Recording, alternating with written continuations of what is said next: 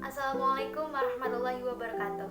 Halo, perkenalkan nama saya Anggun Kurnia Dewi dari kelas 12 IPS 3 absen 04. Pada kesempatan kali ini saya akan menjelaskan suatu peristiwa yang paling bersejarah, yakni peristiwa restorasi Meiji.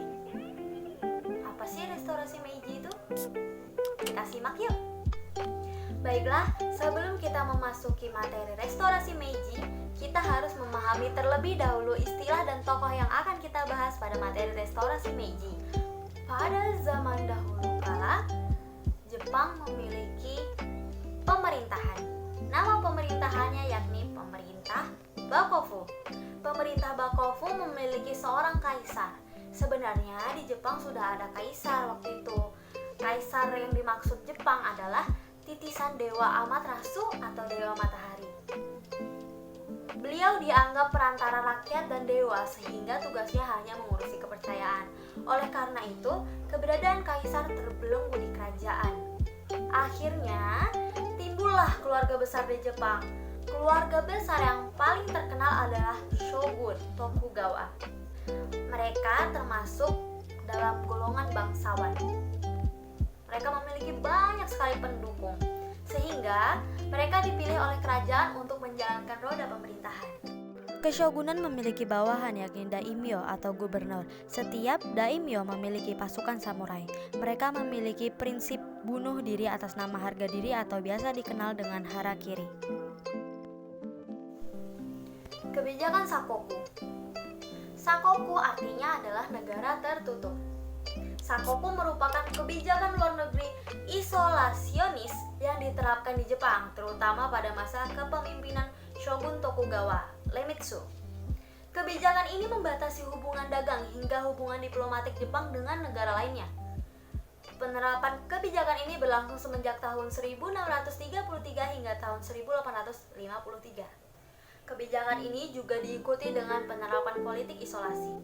Politik isolasi adalah strategi untuk membendung pengaruh dari luar dengan cara melarang orang asing masuk ke wilayah Jepang dengan ancaman hukuman mati bagi pelanggarnya.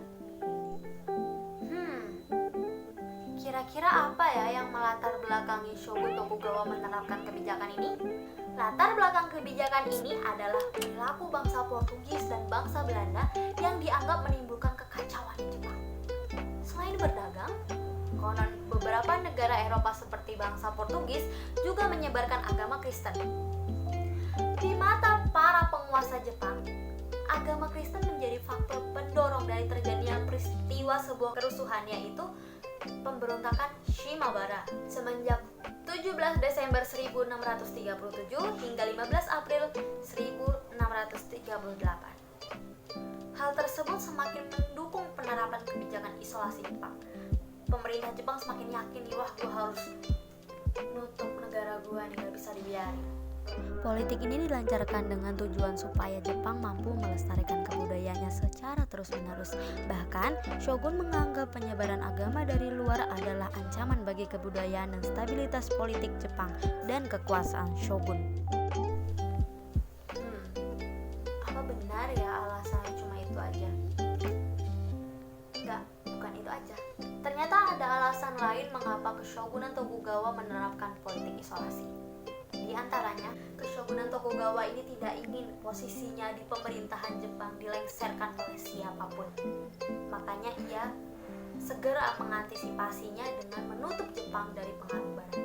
Bayangkan saja, jika Jepang terbuka pada masa pemerintahan itu, maka ilmu-ilmu dari barat mudah diserap masyarakat.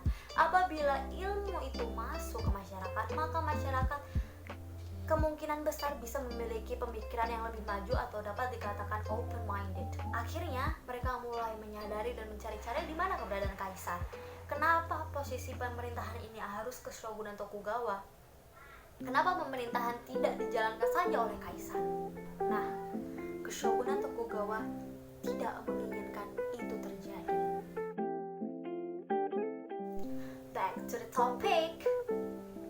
Sekarang kita masuk nih ke materi yang sebenarnya, yakni restorasi Meiji. Kalian udah tahu belum restorasi Meiji itu apa? Bahas yuk.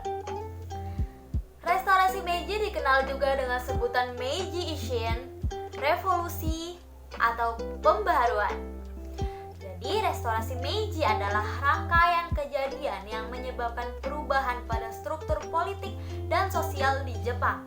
Restorasi Meiji terjadi pada tahun 1866 sampai 1869. 3 tahun yang mencakup akhir zaman Edo dan awal zaman Meiji.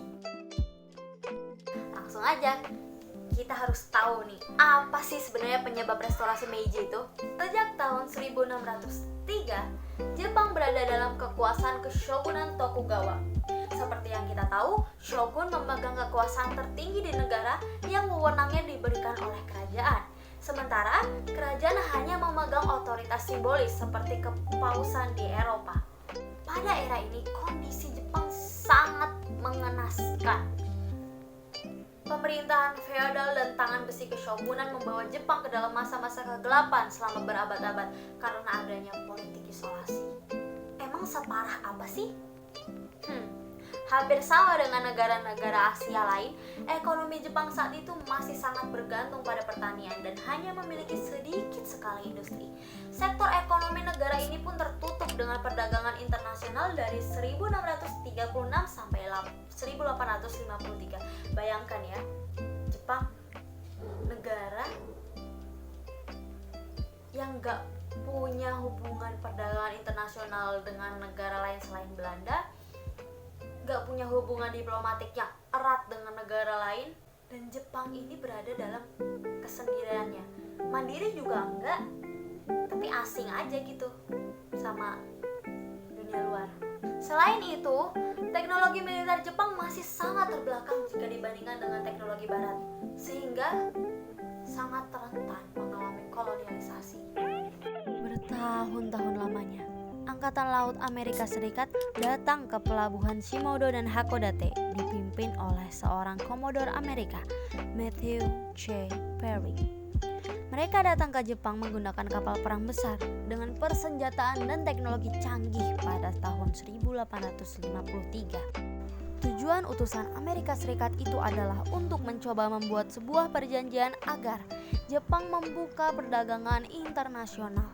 Mereka tidak segan memaksa penguasa setempat agar usaha itu berjalan mulus, sehingga orang Jepang tahu bahwa mereka tertinggal jauh dari bangsa barat.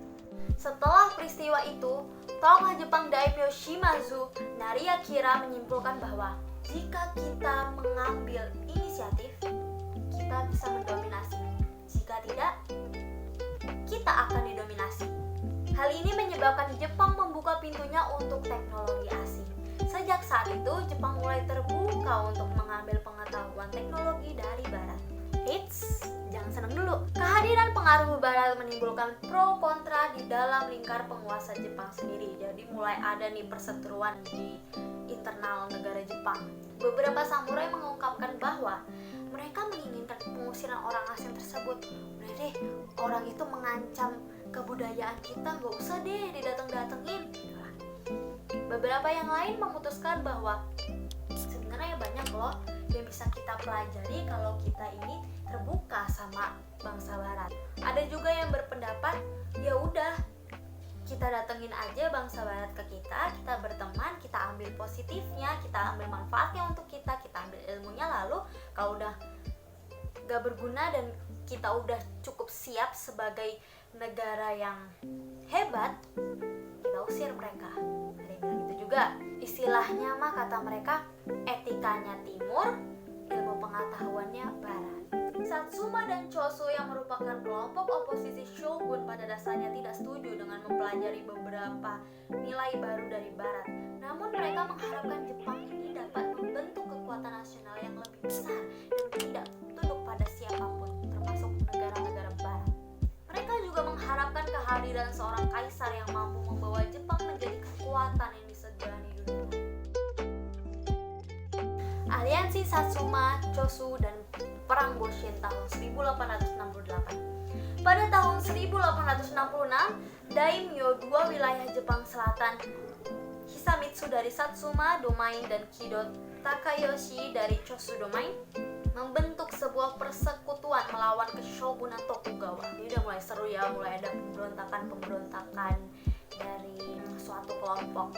Pemimpin Satsuma dan Chosu berusaha untuk menggulingkan Shogun Tokugawa dan menempatkan Kaisar Komei ke puncak kekuasaan. Melalui kaisar, mereka merasa bisa lebih efektif menghadapi ancaman asing. Mereka lebih percaya sama kaisar. Namun, Komei meninggal pada bulan Januari 1867 dan anaknya Mutsuhito yang masih berusia 14 tahun naik ke tahta sebagai Kaisar Meiji pada tanggal 3 Februari 1867. Pada tanggal 19 November 1867, Tokugawa Yoshinobu mengundurkan diri dari jabatannya sebagai Shogun Tokugawa ke-15. Pengunduran dirinya secara resmi mengalihkan kekuasaan kepada kaisar muda tersebut. Namun, rupanya Shogun tidak tinggal diam. Mereka masih merasa memiliki andil dalam pemerintahan. Mereka tidak melepaskan kendali sebenarnya dari Jepang dengan semudah itu. Ketika Meiji dilatih oleh penguasa Satsuma dan Chosu mengeluarkan sebuah dekret kekaisaran yang membubarkan rumah Tokugawa, Shogun tidak punya pilihan kecuali menggunakan senjata untuk melawan kaisar. Ia mengirimkan tentara samurai ke kota kekaisaran Kyoto, berniat untuk menangkap dan melengsarkan kaisarnya. Pada tanggal 27 Januari 1868, pasukan Yoshinobu bentrok dengan samurai dari aliansi Satsuma Chosu. Pertempuran Toba Fushimi adalah pertempuran antara pasukan pendukung pemerintah Kekaisaran Jepang melawan pasukan pendukung Keshogunan Tokugawa. Perang ini merupakan bagian dari Perang Boshin di Jepang. Pertempuran ini dimulai pada 27 Januari 1868 atau tanggal 3 bulan 1 tahun 4 Keiyo menurut kalender lama Jepang. Ketika pasukan Keshogunan Tokugawa bentrok dengan pasukan aliansi Domain Chosu, Domain Satsuma, dan Domain Tosa di dekat Fushimi, Kyoto. Pertempuran berlangsung selama 4 hari sampai tanggal 30 Januari 1868, ditandai dengan kekalahan telak pasukan Keshogunan. Tokugawa Yoshinobu menyerahkan diri kepada Saigo Takamori dari Satsuma dan menyerahkan istana Edo pada tanggal 11 April 1869. Dengan demikian, restorasi Meiji sudah tidak dapat terbendung. Baik, dalam perkembangannya Kaisar Meiji melakukan pembaharuan di berbagai bidang untuk mengejar ketertinggalannya. Ada di bidang politik, ekonomi, militer, dan pendidikan. Kita ulas satu persatu ya. 1. Di bidang politik, Kaisar Meiji memindahkan ibu kota dari Kyoto ke Tokyo. Hal ini dikarenakan Kyoto tidak memungkinkan untuk dijadikan ibu kota. Dapat dilihat bahwa di Kyoto ini daerahnya sangat rawan dengan bencana. Yang kedua, ada permintaan dari kaum oligarki atau orang-orang yang berkuasa atas negara. Mereka meminta hal tersebut agar mereka dapat berkuasa dalam perdagangan yang lebih strategis untuk akses ke barat. 2. Di bidang ekonomi.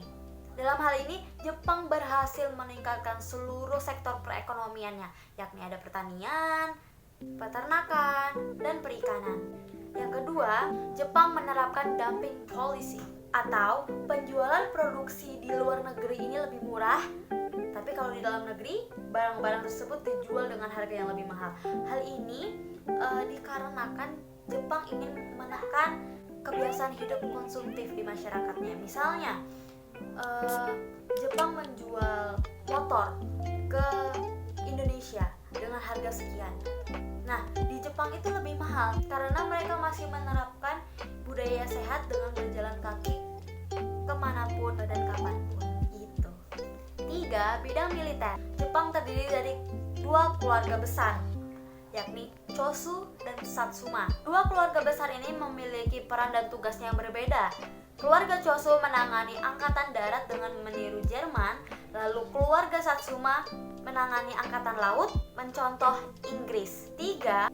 Jepang berusaha meningkatkan kembali semangat Bushido, yaitu semangat hidup yang terinspirasi dari kesatria Jepang. Dalam semangat ini, Jepang berusaha mengedepankan kesederhanaan, kesetiaan, bela diri, dan kehormatan sampai mati. 4. Bidang pendidikan.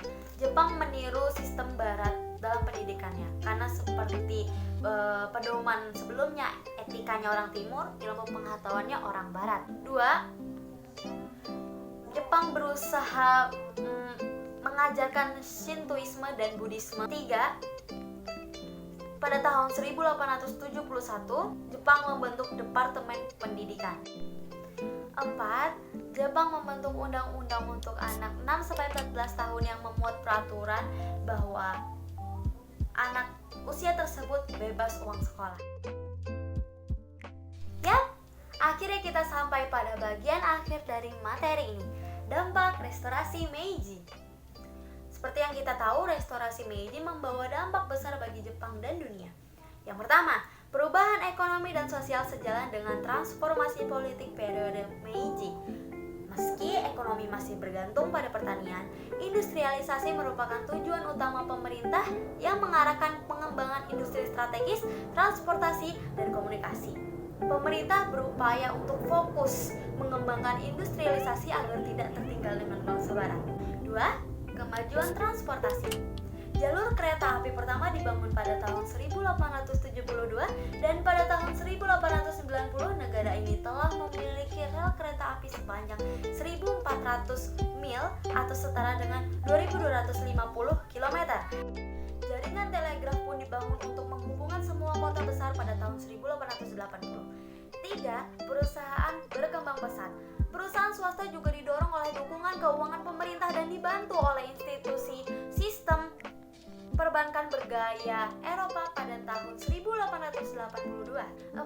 Upaya modernisasi digencarkan. Seluruh upaya modernisasi tersebut memerlukan sains dan teknologi barat, akibatnya westernisasi pun dipromosikan secara luas. Meskipun demikian, westernisasi masif ini mulai diperketat pada tahun 1880-an ketika apresiasi baru nilai tradisional Jepang muncul. Dampaknya, meskipun perkembangan sistem pendidikan modern dipengaruhi oleh teori dan praktik barat, tetapi tetap menekankan nilai tradisional kesetiaan samurai dan harmoni sosial. Kematian Kaisar Meiji pada tahun 1912 menandai akhir periode restorasi.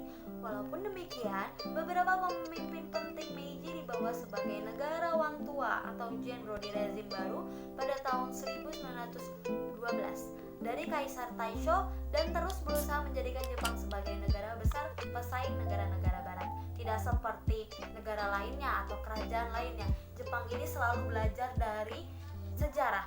Jadi, walaupun kaisar yang hebatnya ini meninggal, Jepang masih mempunyai pemimpin-pemimpin yang mau belajar dari kesalahan di masa lalu untuk berkembang di masa depan.